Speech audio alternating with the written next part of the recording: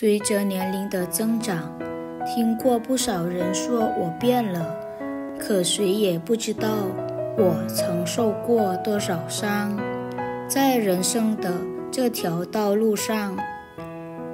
见识过凉薄人心，经历过冷暖风雨，狠狠受过伤，默默流过泪之后，才渐渐明白以前的自己有多傻。这一路走来，跌跌撞撞，我们经历过夜深人静时的孤独，也品尝过无路可退的窘迫。捧着一颗真心，掏出一片赤诚，去对待遇见的每个人，到头来却发现别人根本就没当一回事儿。人心也远，没有自己想象的那么简单。以前的我总觉得只要我对别人好，付出真心，以诚待人，就能换来别人的真情，所以总是习惯性的付出，不求任何回报，也不计较得失。到头来却发现，我的真心在某些人眼里不过是微不足道的奉承，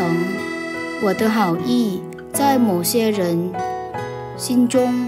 不过是一厢情愿的讨好。以前的我总认为，只要在别人困难之时挺身而出，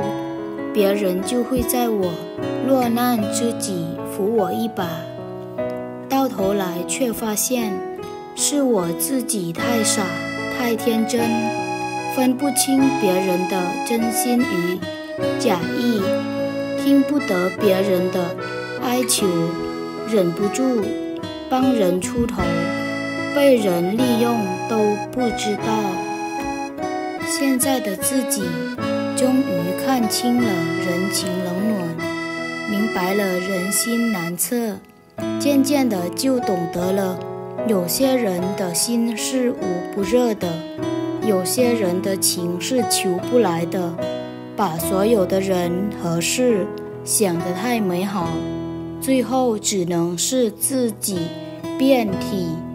鳞伤。这个世界太大，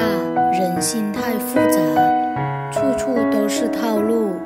一个不小心就有可能坠入某个陷阱。为了不再被骗，我小心翼翼地戴上假面，为了不再受伤，我渐渐地学会了装傻充愣，不再轻易对谁